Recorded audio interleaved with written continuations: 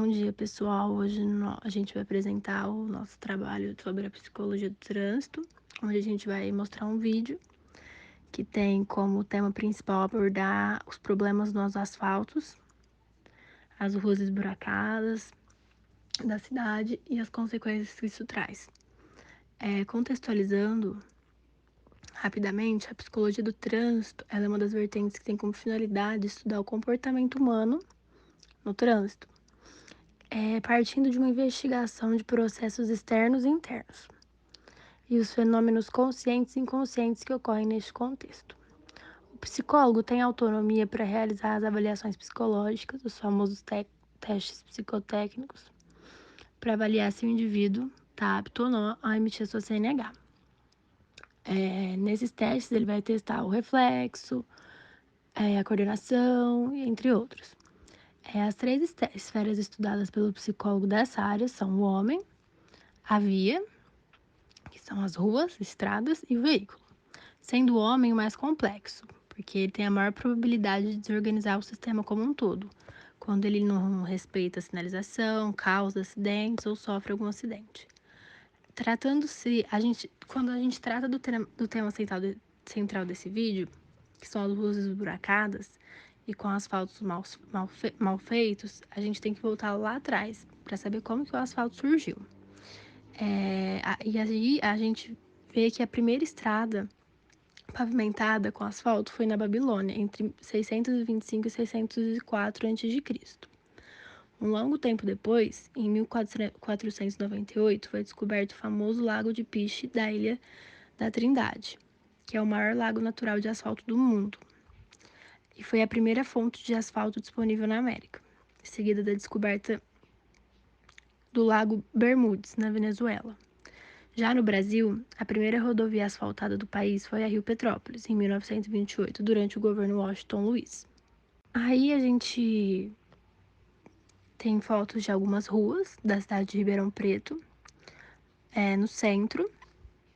A primeira é a Rua Américo Brasiliense, que a gente pode ver que tá esburacado, o asfalto tá todo desnivelado, né, por causa dos buracos. A outra é a Avenida Vereador Manir Calil, no Jardim Sumaré, com grande buraco. Depois tem a Rua Cerqueira César, no centro também, que o buraco tá tão grande, tão perigoso, que até sinalizaram, mas tá sem arrumar. E depois tem a Rua Prudente de Moraes com a Marechal Deodoro, com alguns buracos também nesse cruzamento. Então, pessoal, como citamos, a problemática escolhida pelo nosso grupo são os famosos buracos no asfalto. Como vemos, não são poucos e também arranjamos as mais variadas formas de sinalizá-los a fim de evitarmos acidentes maiores. Bom, por mais que os engenheiros estejam sempre em busca de compostos novos e mais resistentes, como o asfalto concreto ou o asfalto borracha, ainda não existe um revestimento à prova de buracos ou que dispense a manutenção das vias. No entanto, é possível sim pavimentar ruas e estradas sem que seja necessário fazer remendos o tempo todo. Como? A espinha dorsal do pavimento é o solo compactado, ou seja, o que está abaixo do revestimento asfáltico. Então, o asfalto, que é tão criticado em nosso país, precisa ser olhado mais profundamente, uma vez que o primeiro passo para uma boa pavimentação é limpar o terreno natural, o chamado subleito, e preparar o solo. Caso esse subleito seja mole, é preciso acrescentar uma boa quantidade de solo de boa qualidade. Por cima, deve ir uma camada de 20 a 40 centímetros, chamada de subbase, formada por cascalho e pedregulhos. E acima disso, vai mais uma camada de 20 a 40 centímetros desse mesmo material, só que mais bem compactado. Somente então é que a via recebe o revestimento de asfalto, que deve ter de 3 a 15 centímetros de espessura. Outro detalhe importante é o sistema de drenagem. Em geral, o centro da via é sempre mais alto que as laterais, para evitar que a chuva forme um lago. A água é considerada o inimigo número 1 do asfalto. Por isso, no período de chuvas, o número de buracos cresce, pois a água infiltra-se nas brechas deixadas por rachaduras e, como o problema é negligenciado ou as equipes não dão conta dos reparos, a água logo atinge camadas inferiores, provocando uma depressão. Então, até agora, já podemos perceber e entender um pouquinho sobre alguns fatores que geram os famosos buracos no asfalto. Uma pavimentação feita de maneira inadequada e reparos menores, que, se não feitos, tendem a transformar-se em grandes crateras, principalmente em períodos de chuva.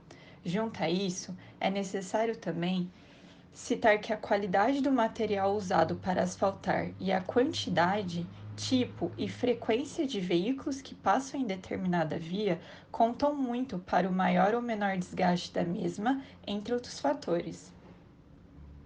Em uma matéria publicada no segundo semestre de 2018 pelo Cidade On, Ribeirão Preto registrava 6.394 buracos. A prefeitura realizava em média 28 serviços de tapa-buracos por dia e recapeou 92 quilômetros desde o início de 2017. A matéria segue com os principais bairros atingidos. Seriam eles Campos Elíseos, Ipiranga, Parque Ribeirão, Bonfim Paulista, Vila Tibério, Centro, Cândido Portinari, Ribeirânia, Alto da Boa Vista e Vila Virgínia. E, por fim, disponibiliza também meios de articulação com o município e seus segmentos para possíveis reclamações a respeito da problemática. O SAM, Serviço de Atendimento ao Munícipe, pelo número 156, o aplicativo Ribeirão, disponível para iOS e Android, e o 115, Central de Atendimento do DAERP, se o buraco é proveniente de vazamento de água ou de esgoto, o que também é o grande fator gerador da problemática relatada por nós. Bom, como vimos até aqui, a via faz parte do trânsito e problemas nela, como os buracos, podem comprometer a segurança ao dirigir. Eles podem gerar prejuízos financeiros, à saúde e inclusive mortes. Nessa imagem, tirada do site A Cidade On, podemos ver os 3 prejuízos citados. 5 pessoas mortas nos últimos 5 anos e o caso do mototaxista Rones, que rompeu o ligamento da perna após cair em um buraco. Além de arcar com os custos do reparo da moto e perder tempo de trabalho, seguiu com um tratamento para reabilitar a perna. Vale ressaltar que esse era seu 6º acidente causado por buracos. Nessa outra matéria do G1, vemos também como tais transtornos podem afetar as emoções dos motoristas. Além disso, observem que em 3 semanas, 6 pessoas foram hospitalizadas após queda de moto em buracos de Ribeirão Preto. Além das motos, os ônibus também são vítimas dos buracos.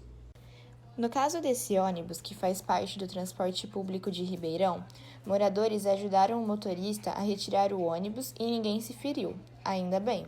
Essa situação nos faz pensar nos problemas gerados ao motorista e aos passageiros. Será que muitos se atrasaram para chegar ao trabalho ou em seus compromissos? Será que os horários dessa linha foram todos atrasados? E, infelizmente, temos casos fatais. Esse homem teve o baço esmagado após um acidente de moto e acabou falecendo por falta de atendimento. E, por último, vemos que, mesmo após a morte de uma mulher, os buracos permanecem. E o que pode ser feito para sanar esses problemas? Primeiramente, é necessário entendermos que o enfrentamento é e deve ser uma política pública. A partir disso, podemos pensar em uma ação preventiva, como citado e comparado com as rodovias privatizadas. Quando uma fissura surgir, reparar antes que surja um buraco. Além disso, a qualidade do reparo deve ser priorizada. Quantos já viram um buraco sendo preenchido com um tipo de pedrinha? Assim, são reabertos na primeira chuva. Em uma das fotos onde um ônibus privado caiu em um buraco, o motorista mencionou que, ao entrar em contato com a prefeitura, esta alegou não ter uma máquina para retirá-lo. Vimos também que, em Ribeirão Preto, o número de buracos é bem maior do que a prefeitura consegue tapar, o que demonstra um suporte insuficiente, falta de materiais e funcionários para o reparo. Por último, e não menos importante, temos a diminuição do tráfego de veículos como medida de solução, uma vez que o alto fluxo diário é um dos causadores do problema. Isso pode ser feito com a estimulação ao uso de transportes coletivos, melhorando a qualidade destes.